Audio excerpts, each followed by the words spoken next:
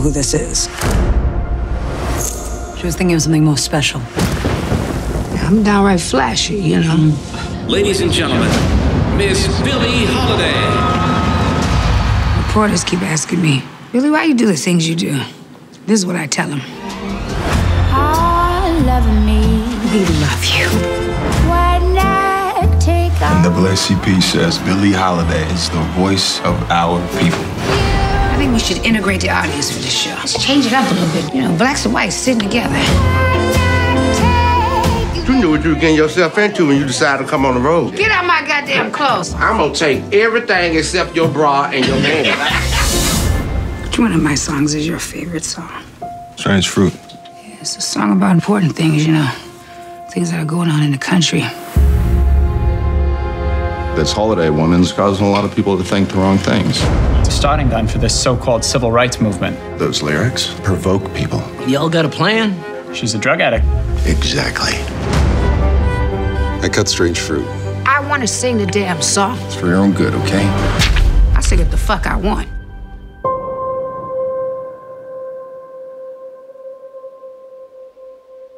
Southern trees. Get her off that stage. Bear strange fruit. They won't let me sing nowhere. No clubs, no money, no nothing. You gotta understand, baby, right now I'm in a situation. But you said we could beat this, Billie. I need something now. Blood on the leaves. You're like a hammer. Come right back and it hit harder than before. She's singing it for all of us. Ain't no other Negro star bold enough to do it.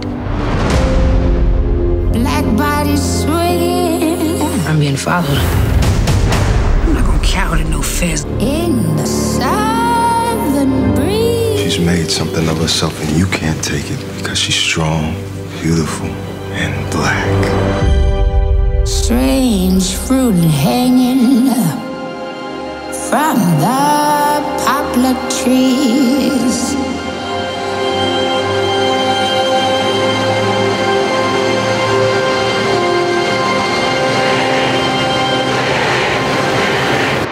You think I'm gonna stop singing that song? Your grandkids will be singing Strange Fruit.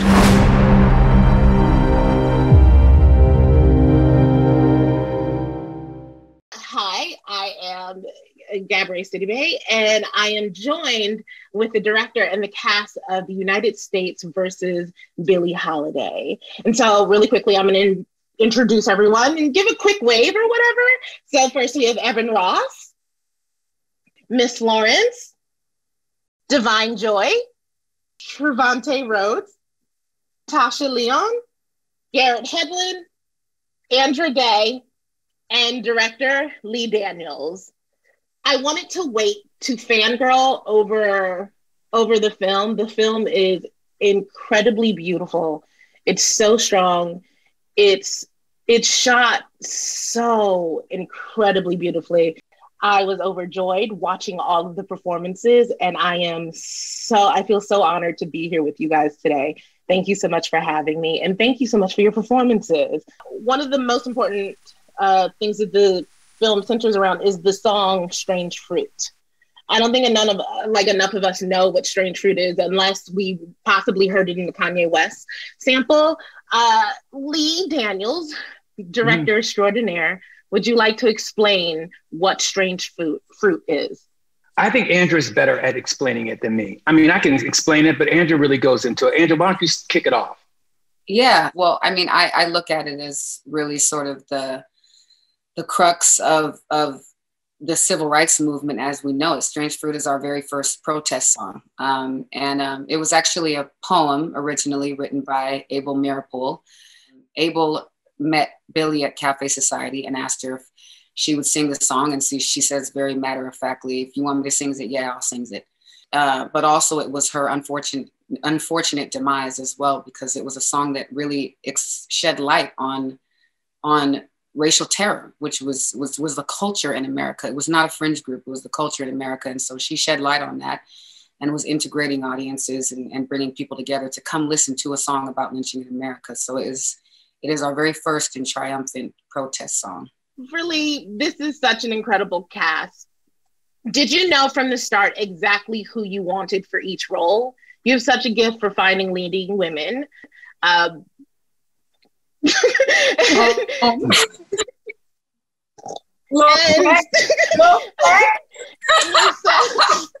your sets are like a gigantic family. Can you talk about how you and Andra worked together and prepared for this role of a lifetime? Tell me about your process getting the whole cast together. I'll start off first by saying that, you know, I saw Lady Sings the Blues when I was 13. And that experience in Philadelphia in the theater, seeing two Black, beautiful people in love, Diana Ross and Billy D. Williams, in all of the fashion and in all of the splendor of Harlem, in the music, and Richard Pryor making me laugh, and the food and everything, you know, that movie set me off I felt a certain way because I had never seen it before. And I wanted to make people feel the way I felt. And I think that movie is the reason I'm directing right now. So it's ironic that 40 years later, Susan Laurie Parks, who writes this incredible script, gives me a story that is the actual truth. Black people needed that movie at the time because we had not seen A Couple in Love, but that wasn't the real story. You know, it was just exquisitely acted, but it wasn't really the real story of Billie Holiday. So to tell this story for the first time, Billie's story for the first time was important to me. So I agreed to do the film. And so, then trying to find Billie was the hardest thing. I was looking to do something with Trevante, and I'd sent him, two things that had, got me sober when was Precious.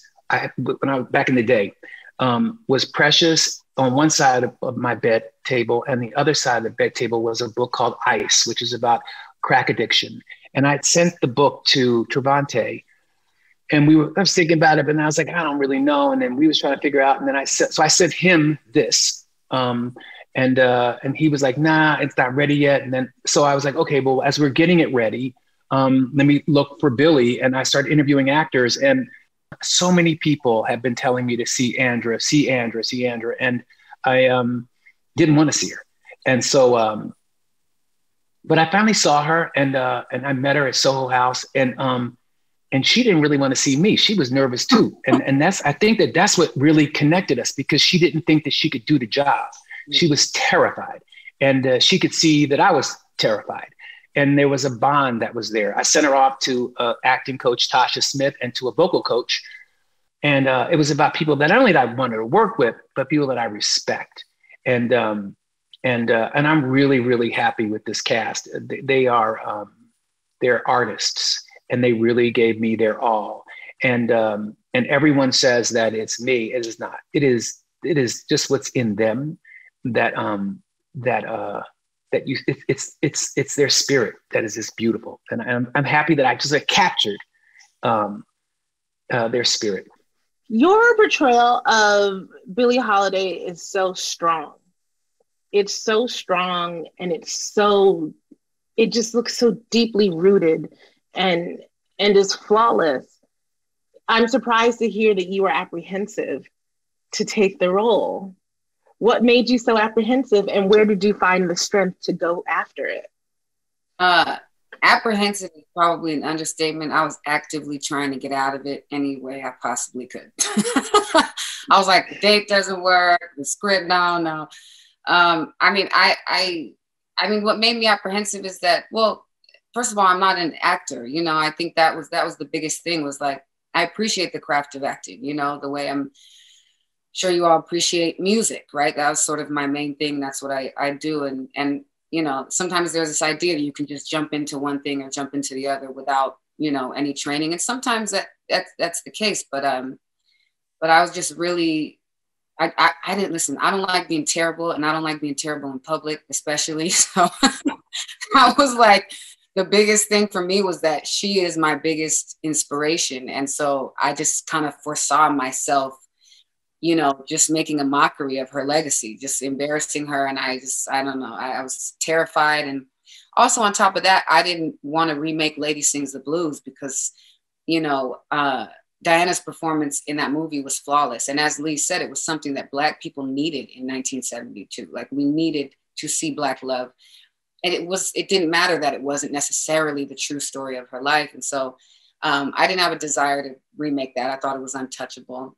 But once I did find out, after talking to Lee at our first meeting where neither of us thought we should be there. So after talking to him and finding out that it would be vindicating her legacy, that really, upon seeing this movie, the world would begin to know her as the godmother of civil rights, that really helped to convince me. Prayer helped to convince me. I'm a deeply spiritually grounded person, I like to believe. And so it was prayer and a scripture about doing an act of great faith that moved me to do it. And then Lee had a real commitment to her. He had a real commitment to authenticity, to telling her story, to honoring her, and not just her legacy as a civil rights leader or her legacy as a jazz singer or a woman of color. He wanted to get into the colors of her humanity. And that was really, really beautiful, because that's what makes me love Billie Holiday so much. So it was definitely a little arc to get there. Speaking of Lady Sings the Blues, Evan, weirdly enough, so that's your mom. What is it like to be a part of something that is in a gigantic part inspired by the performance of the woman who raised you? What's that like for you? Lee's amazing in this project. It's like to be a part of it. And I grew up watching this performance. I remember watching my mother's performance and being like, I was so captivated because I saw her in there, and I saw this human that, it kind of frightened me a little bit because it was so real, this character she was playing. And I know it meant so much to her. And with this project, because it mattered so much to me that time, and it made me aware of so much, even though the story was, not the real story of the time, it still had such this feeling to me that really inspired like so much of what I'm doing now. It's the reason why I wanted to act as well. And so when I heard Lee was doing this project, and then now watching it, it's so inspiring to see, and that the young people of the generation even before me can now learn about this woman's life.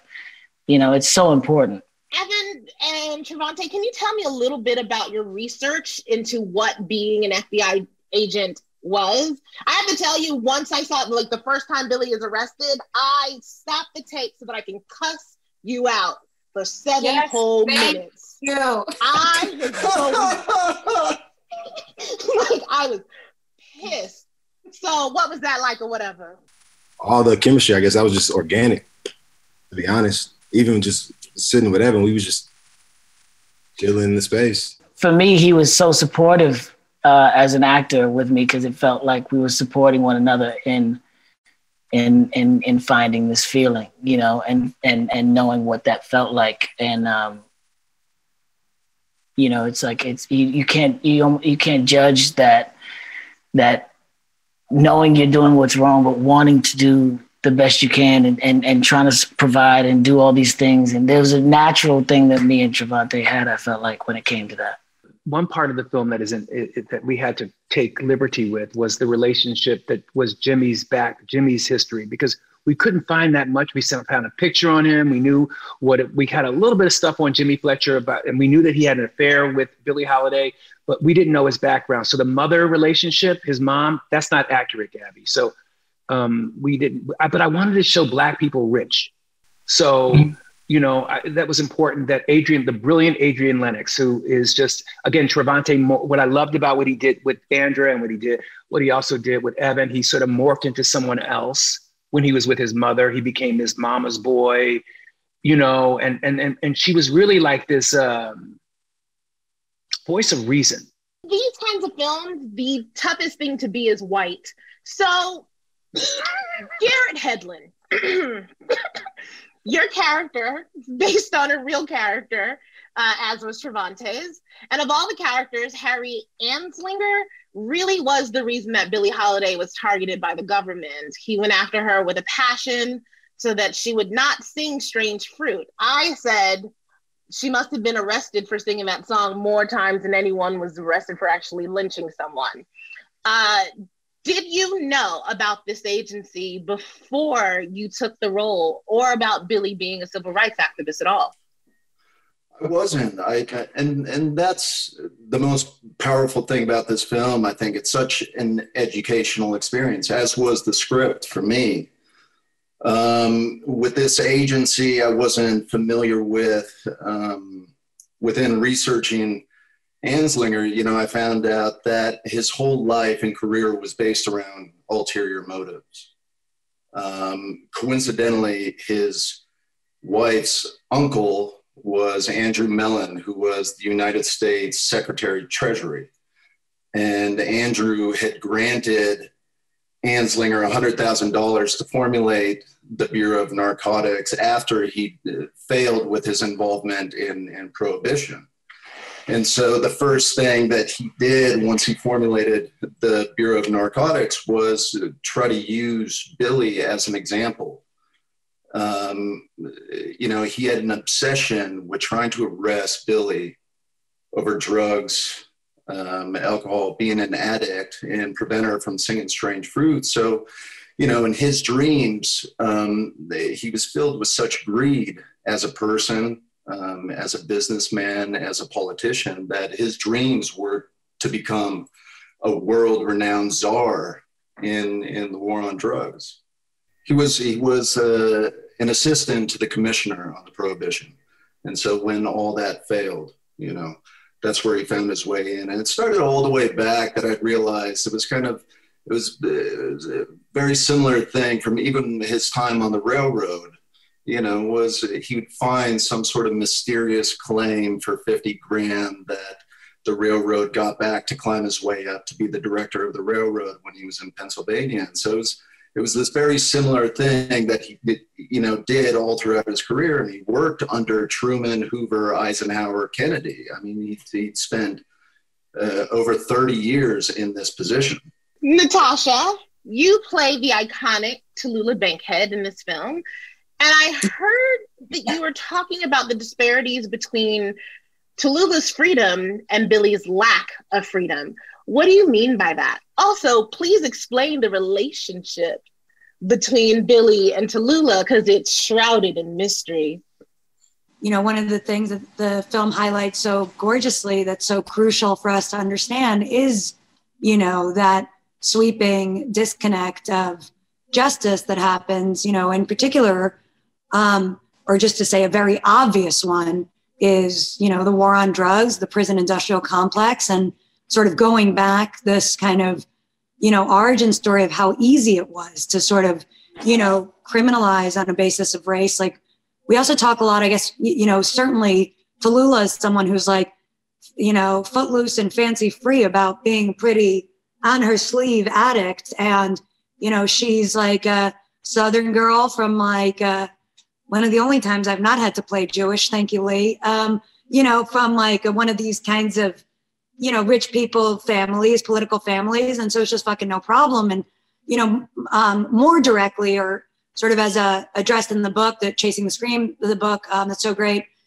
you know, like that disconnect between, I think if I'm getting this right, Lee, Judy Garland goes into the same Harry Anslinger office with the same full transparency around, she's like, you know, a noted junkie of her time. And like, you know, it's kind of like, well, we'll see you later, Judy. And we'll just to say, yeah, I mean, it's an honor to be able to, you know, articulate that in some small way through Tallulah. But really, it just so happens to be sort of like the white girl who was there at the time or whatever, to really almost like show that disconnect. And sure, I mean, I guess she's like trying to kind of, you know, throw in her hat with Billie, but and yes, they do also, you know, Tallulah's a notorious wild one. So I'm guessing for Lee and his husband. So really, thank you. That it was not a stretch, you know, we both pride ourselves on smoking at least 40 packs a day. Well, she taught Andra. She really taught Andra how to smoke. She really did. She really did.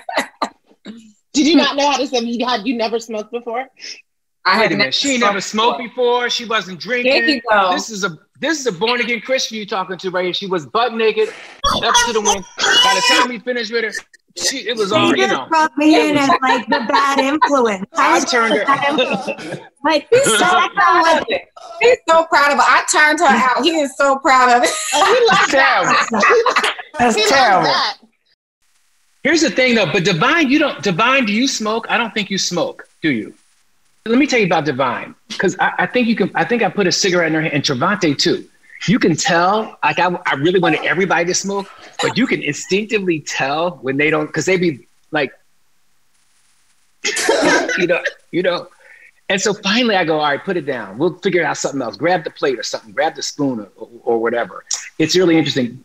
I love the relationship that Miss Lawrence and Da'Vine have with Billie. Like every singer that I know has these two by their side. Every woman that I know that sings, they have this, and it's the posse. And I think that they have just done it they've done it seamlessly. And I'm really proud of both Da'Vine and Miss Lawrence. Da'Vine and Miss Lawrence are my favorite parts of the film. As Rosalind and Miss Freddie, I love it. No matter what, your name will always be, your first name is always Miss, damn it. It's being Billie's best friends and her confidant and her family, and the thing that grounds her, and the people that understand her and know her better than she knows herself, better than anyone else in the world, was such an important part. Like the funeral for the dog, that's when I fell in love with everybody. Just really, really, really did. Please tell me a bit about your bond and how you came to it, and also the importance of your characters. Sometimes in projects, I can kind of keep to myself a little bit, or just kind of like, you know, have my own space. Because like right when it's your time, your off time, that's like your time where you can like, you know, have your own time.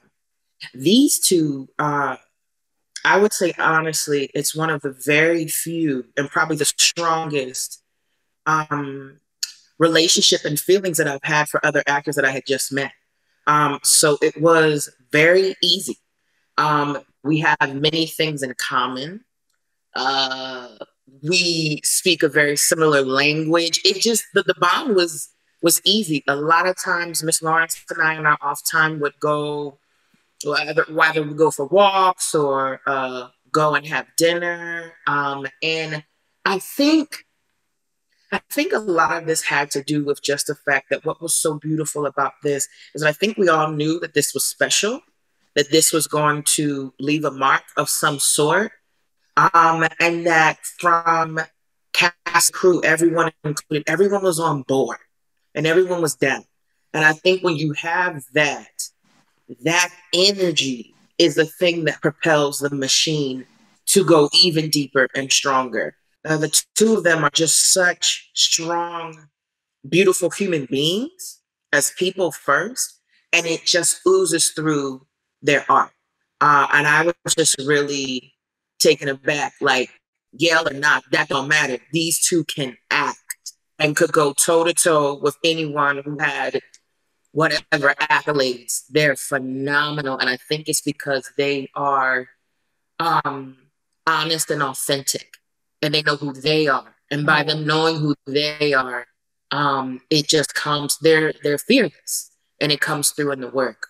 Also, the movie has cornerstone moments. Like, I'm very interested in seeing how many people laugh at the funeral scene and how many people are like really genuinely moved by that scene, because we were doing both. You know what I mean? In the very beginning, sometimes we were laughing, and then it kind of, I don't know if y'all felt the same way, but it kind of turned when we was like, oh my God, like, I'm really upset about this looking dog thing, like really, really upset and really crying. And so I think there's moments like that when, you know, the whole that lynching scene, that day in general, whole cast. I mean, the energy. Rob, can I just say, I've never gotten a chance since that day to thank you guys. Let me just tell y'all, we gotta go back to Ms. Lawrence. I want you to chime in too, but that moment where everybody, we used the first take, by the way, guys, that y'all don't know. We used that very first take, but everybody had to be in their places because it was all in a oneer. From the time that Billie got off that bus to the time that she got up on that stage to sing Strange Fruit. So every actor needed to be, it was on some, I don't know, it was crazy. And you had to remain in, and you had them kids crying, and you had the cross burning, and you had the woman pray God that she didn't fall and really get lynched that was sitting there. It was tense. And you guys, bravo to you all who y'all came through, stayed in the pocket, and I love you for it. Anyway, Miss Lawrence, I took your line. Okay, no, you're fine. Going into the movie, I didn't know what to expect. It was my first movie. And only thing I knew was to try to figure out and honor who my character was to the best of my ability, and that was Miss Freddie. And when I got there, and we had to go to dinner, myself, Da'Vine, and Andra. It was in that moment at the restaurant, I forget the name of it, and I have a picture of it, but anyway, I had the chance to meet Billie Holiday, and to have the opportunity to get to know Billie Holiday by way of Andra Day was quite a journey, a rewarding one, because for someone so talented, so honored and respected by her people, to possess such grit and vim and vigor about the things that matter to the civil rights, as it relates to the civil rights movement and who we are as a people. But she also fell very weak to certain moments. And I related a lot to that. And those moments, like the funeral scene, like the lynching scene, I had to go places. Thank you to Lee for pushing me to go places that I once thought was buried as a Black, gay, gender nonconforming individual that grew up in the South, where people like me wasn't real popular back in the late 80s, early 90s. And every chance we had to escape, going out to dinner with Roz or with Tyler, I feel like I developed friendships and bonds that will last a lifetime. And I can't, to this day, I'm still just blown away by how privileged I feel and what a joy it was to working with everybody and experiencing Lee on a whole different level that I hadn't experienced him on. It was completely night and day from working on Star and Empire, then him going back to his roots and putting together this piece of art, literally, of art. And I'm humbled and I'm very, very, very thankful. And yeah. That actually brings up a great question. Lee, you tend to you tend to work with the same actors over and over and over again. Evan and Miss Lawrence are both from Star, and Lawrence is also from Empire, as well as Da'Vine. Dana Gurrier, who plays Billie's mother, is also in The Butler. Yeah. You love to use the same actors over and over again. So my question is, why am I not in Billie? Oh, shots fired. Would you go to call somebody? You're right. I do. You know one thing, Gabby, I do like to use the same actors over and over again because I know what I'm going to get when we're working together. And it's, which is the reason why I put you in, I really fought to put you in Empire because it was written for a white skinny girl. And I was like, nope, let me show you who the white skinny girl is. I like to work with the same actors over again because it's y'all, you look at, I couldn't do what y'all do. I could not do what you guys do. I would freeze. Everything that I'd say that I hated when you are not in, Andrew, when you're not in the moment, Da'Vine, Trevante, Natasha, when y'all not in the moment, I am, you bear your soul. You bear your soul. And it's, it is terrifying to bare your soul. It is terrifying to bare your soul the way you guys do it. And I go in and hard, and it's never good enough, not for me. And y'all know that it's never good enough for you. If it's not good enough for me, it's not good for you. It's magic. It was amazing to watch you. Yeah, it was. It really was. It was like I was you know, it was something special. Really something special. Every day I came to set, I was like, wow, this is like, and you made everybody want to be great. You know what I mean? Yeah. I remember looking at everybody right before the scene, and it was like that look in each other's eyes was like, we got to, like, let's win. Really? Yeah. I mean, we wanted to make you proud, and we wanted to make Billie Holiday proud, and we were, and you know, it stems from that, and then, you know, watching Andra and what she was putting herself through in becoming this woman was, you know, incredible, just incredible. Like the process of that. She stayed in the entire time. It was really mind-blowing. And having the respect for everybody bearing their souls. I mean, that's the thing is the environment, especially for Andra, and you know, shutting everybody up, clearing the set. If somebody needs a moment, giving them a moment.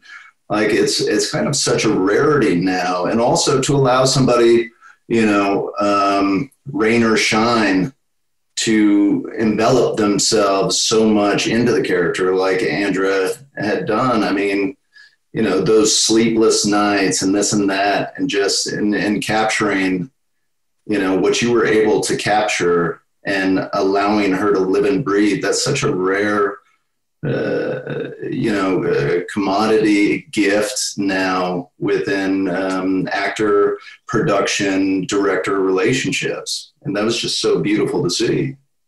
You know, people say that this film is, you know, we've been asked a couple times, like, don't you feel this movie is timely?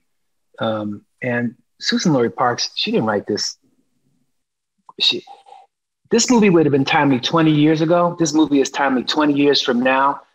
With the way this shit is kicking off and what they just did last week, guys, it's it makes me want to go out and stand up to the government. Because I don't know that I could do what she did.